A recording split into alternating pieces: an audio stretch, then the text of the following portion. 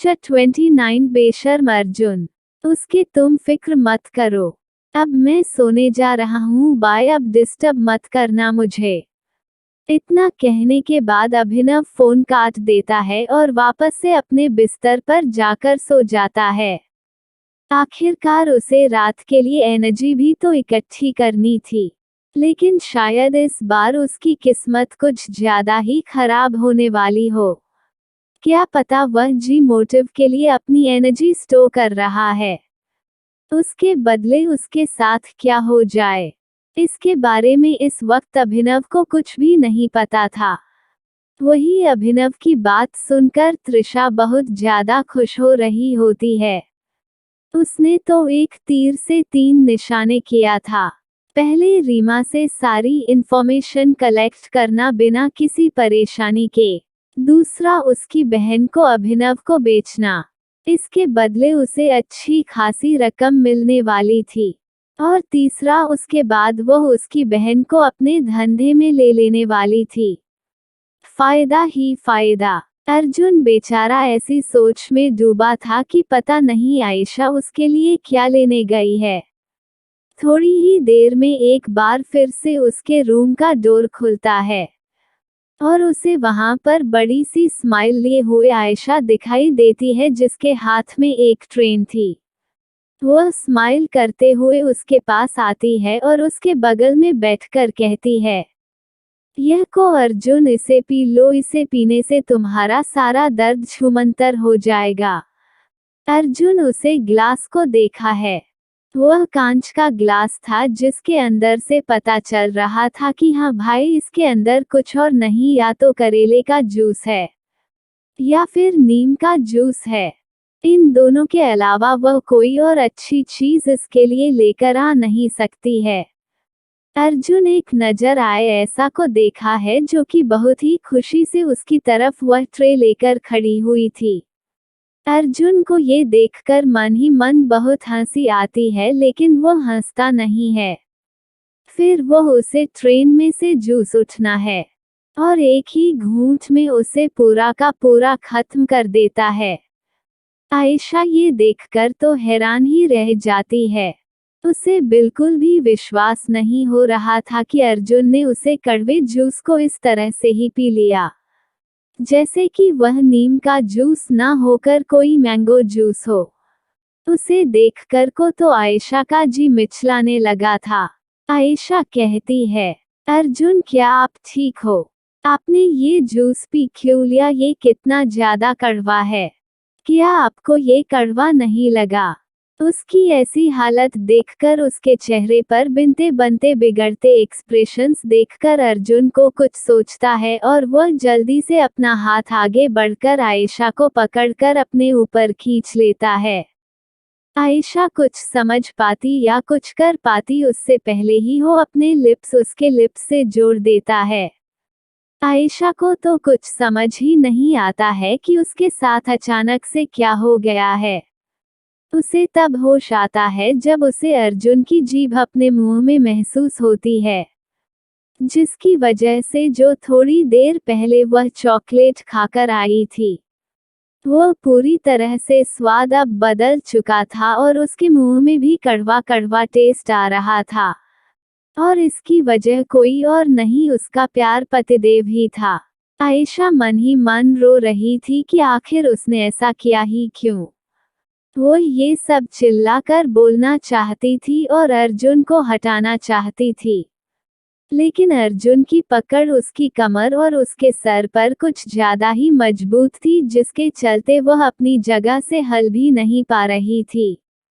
जब अर्जुन सेटिस्फाइड हो जाता है तब जाकर वह उसे छोड़ना है। जैसे ही अर्जुन उसे छोड़ना है, वो लंबी लंबी सांस लेने लगती है और अपने आप को कंट्रोल करने की कोशिश करती है। उसे ऐसा लग रहा था जैसे अगर अर्जुन ने उसे 2 मिनट और किस किया होता तो वह वहीं पर उसकी बाहों में दम तोड़ देती, और वह एक दुनिया में पहली ऐसी लड़की होती जो कि किस करते करते ही अपनी जान दे दी। आयशा अपने आप को संभाल ही रही होती है, तभी उसे अर्जुन के हंसने की आवाज सुनाई देती है। अर्जुन हंसते हुए ही कहता है, क्यों, क्या हुआ? तुम्हें टेस्ट अच्छा नहीं लगा क्या? अगर तुम चाहो तो रोज मुझे ये नीम का जूस दे सकती हो, मैं खुशी खुशी पी लूंगा। बस सर यह है कि हर बार की तरह तुम्हें मुझे अपने होठों का रस भी पिलाना होगा। आयशा की आंखें तो हैरानी से बड़ी बड़ी हो जाती है, उसे विश्वास नहीं होता है कि उसके सामने खड़ा हुआ वह इंसान कोई और नहीं बल्कि अर्जुन कपूर ही है। क्या ये सच में उसका पति था? ये कब से इतनी बेशर्म वाली बात करने लगा था? आयशा फिर अर्जुन को घूरते हुए कहती है, अच्छा तो आपको ये नीम का जूस इतना ज्यादा पसंद है, ठीक है मैं आपके लिए रोज रोज बना दूंगी। वैसे भी मुझे लगता है आप जो सुबह सुबह घास फूस खाते हो उससे तो अच्छा ही है ये। उसे घास फूस नहीं बल्कि हेल्दी डाइट कहते हैं, जो तुम्हारी समझ में नहीं आएगा। मुझे समझना भी नहीं है। आपके चक्कर में बेचारे चिराग भाई को भी यह सब खाना पड़ता है, और साथ ही साथ मुझे भी। ये सब आयशा ने कहा जरूर था, लेकिन बहुत ही धीरे आवाज में, इतना कि वो खुद ही उसे सुन सकती थी और कोई नहीं। लेकिन फिर भी अर्जुन के कान कुछ ज्यादा ही तेज थे, जिसकी वजह से उसने उसकी सारी फुसफुसाहट सुन ली थी और उसे पता चल गया था कि आयशा क्या कह रही है। अच्छा, आप मुझे कौन सा खत्म हो गया हो और मेरी सजा पूरी हो गई हो तो क्या हम? इतना कहते ही अर्जुन रुक जाता है और उसकी आंखें एकदम ठंडी हो जाती है। जो शर्त उसकी आंखों में पहले दिखाई दे रही थी वो कहीं गायब हो गई थी और अब उसकी जगह गुस्से ने ले ली थी।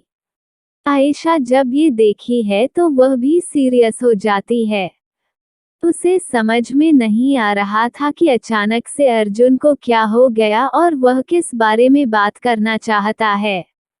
आयशा भी यह सब सो ही रही थी कि तभी उसे अर्जुन की आवाज सुनाई देती है, जो कि कह रहा होता है, मैंने तुम्हें और अमित को एक साथ देखा था।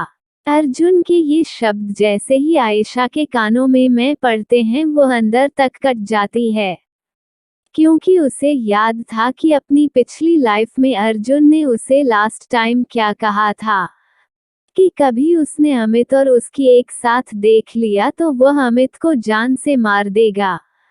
आयशा को अब अपने आप पर ही गुस्सा आ रहा था, क्योंकि उसे पता थी कि अर्जुन इस बार इंडिया में ही है और अमित ने उसने जिस होटल में मिलने के लिए बुलाया है वो किसी और का नहीं का होटल नहीं है बल्कि अर्जुन का ही है। हालांकि इस जिंदगी में उसे अमित के जीने मरने से कोई फर्क नहीं पड़ता था, लेकिन वह अर्जुन के हाथों को खून से रखता हुआ नहीं देखना चाहती थी। अर्जुन कुछ और कहता या करता उससे पहले ही आयशा धीरे से चलते हुए अर्जुन के बगल में जाकर बैठ जाती है। अर्जुन बहुत ध्यान से उसे ऑब्जर्व कर रहा था। हालांकि वह जानता था कि आयशा इस बार अमित से आखिरी बार मिलने आई थी ताकि उसे क्लियर कर सके कि वो उससे प्यार नहीं करती है, क्योंकि उसने उसकी और अमित की सारी बातें सुन ली थी। लेकिन फिर भी वह आयशा से यह सारी बातें क्लियर करना चाहता था। आयशा थोड़ी धीमी आवाज में अपना सर झुकाए हुए कहती है, वह अमित ने मुझे मिलने के लिए बुलाया था और मैं भी उस आखिरी बार मिलना चाहती थी, ताकि उसे बता सकूं कि मैं किसी और से नहीं बल्कि आपसे प्यार करती हूँ। प्लीज आप मुझे गलत मत समझिए, मैं आपको कोई धोखा नहीं दे रही हूँ। प्लीज आप उसे कुछ मत कीजिएगा।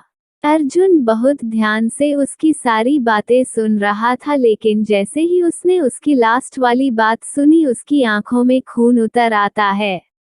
उसे बहुत गुस्सा आ रहा था ये जानकर कि अभी आयशा उसे अमित की परवाह कर रही है, कि तभी उसे आयशा की बात सुनाई देती है, मैं नहीं चाहती कि आपके हाथ किसी के खून से खराब हो, और वो बिल्कुल भी अच्छा इंसान नहीं है, मैं उसकी सारी सच्चाई जान चुकी हूँ। उसकी यह बात सुनकर अर्जुन कहता है, क्या तुम चाहती हो कि मैं तुम्हारी कोई मदद करूं? मेरा मतलब है कि अगर तुम्हें कोई प्रॉब्लम ना हो तो मैं अमित और उसे त्रिशा को एक बार में ही रास्ते से हटा दूंगा। तुम्हें इतना ज्यादा सोचने की जरूरत नहीं पड़ेगी। नहीं, आप ऐसा कुछ मत करिए। मैं अपना बदला खुद लेना चाहती हूँ। एक बार में ही नहीं बल्कि उन लोगों को तिल तिल करके मारना होगा। और उन्हें पता भी नहीं होगा कि इन सब के पीछे मैं हूँ। उसके बाद आयशा अपना सर उठाकर अर्जुन को देखते हैं जो कि उसे ही देख रहा था। अर्जुन की आंखें इस वक्त बिल्कुल खाली थी, उसमें कोई भी इमोशंस नहीं थे। वही आयशा की आंखों में गुस्सा, नफरत, दर्द बदले लेने की आज सब कुछ झलक रहा था, जिसे देखकर एक पल के लिए तो अर्जुन को भी लगता है कि पता नहीं आयशा ने इतना कितना दर्द सह होगा। आयशा अर्जुन का हाथ अपने हाथ में लेकर कहती है, मुझे नहीं पता है कि आपने मुझसे शादी क्यों की है। यह आपका इसके पीछे कोई इरादा है। बचपन से ही मुझे सिर्फ मेरे मम्मी पापा का ही प्यार मिला था, कोई भी मेरा अपना नहीं है इस दुनिया में।